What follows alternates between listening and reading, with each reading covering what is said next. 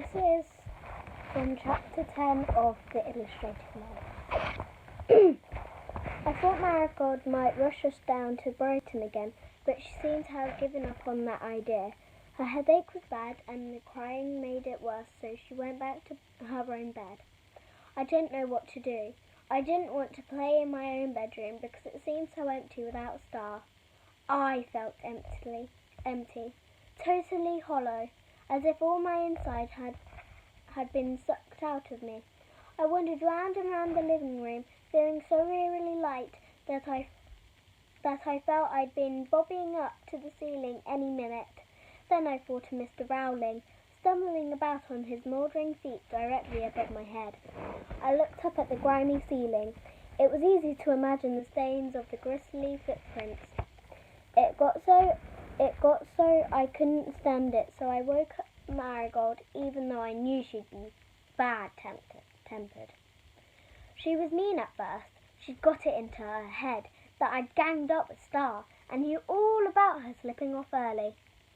This was so unfair that I started crying. Then she cried too, and we had a cuddle. She smelt bad from the drink, but I didn't mind too much. "My doll," she said, "all safe and sweet again. Sorry I was horrid to you, darling. I'll make it up to you, I promise. We'll have a lovely weekend, just you and me, and then Star will come home, and we'll be us three girls again. That's what's the matter, isn't it? We're just missing her." I cried harder. I didn't know what Marigold would do when she found out Star had gone for good. I didn't know how I was going to cope. I felt emptier than ever, a balloon girl with a trailing string lost in the emptiness of the sky. I clung to Marigold and she rocked me. I mumbled something about feeling empty. Marigold thought I meant I was hungry. "I'm hungry too. Starving. We'll go out for lunch, right? And then we'll do a big shop. Yes, we'll buy lots of goodies. We'll make sure there's a special tea for Star when she comes back. And just in case Mickey comes in with her, we'll get some beer in for him."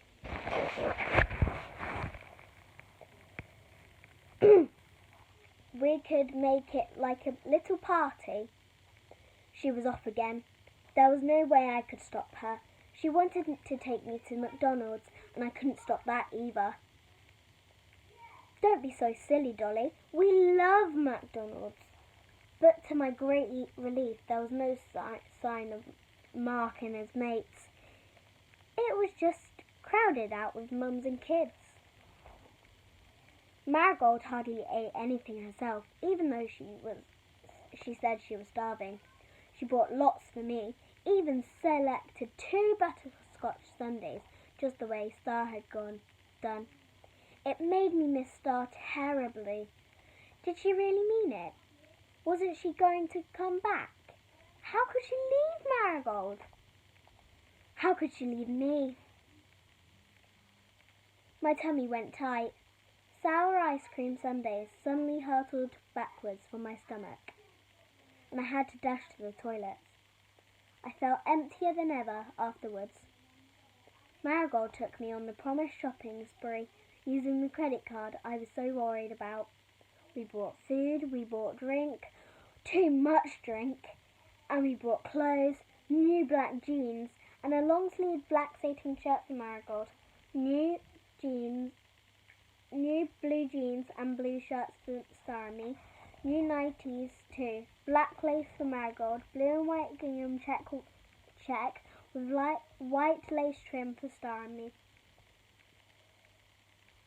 Marigold even brought blue and white paint to brighten up our bedroom, though I tried to stop her. She was tired when we got home, and she'd had a drink or two. Then the phone rang. I only got to talk to Star for 2 seconds, because Marigold grabbed the phone from me. She tried so hard to sound sweet and mumsy and normal that the veins stood out on her white forehead. "You're having a lovely time, darling." "Good. Hey, bad girl, you shouldn't have left early like that. Slipping off to the station yourself. I don't know. But Mickey met you, okay? So, can I have a little word with him, Sugar Bunch? I just want to check how things are. See what time you're both coming back. Hey, we're going to have a little party. Do you? You'll make sure Mickey comes, right? Star? Star! She drank quite a lot after Star rang off. I didn't mind quite so much because she'd bought me one more present. New felt tips and a big drawing book. I drew me in my witch's black velvet with a special silver glitter outline all round me to make me extra powerful and totally protected. Then I drew me walking along and exercising my witchly powers on anyone who got on my nerves. I redrew Miss Hill, tattooing her even more inventively.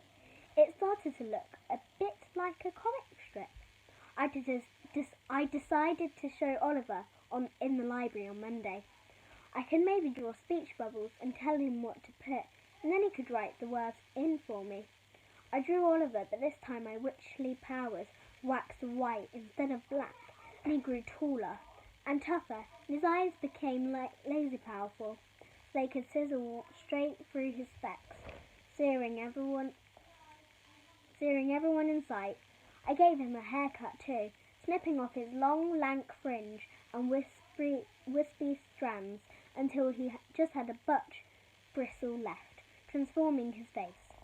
I drew Star and I gave her a haircut too. I gave her a terrible, unflattering bob that left her neck long and awkward and her face too exposed.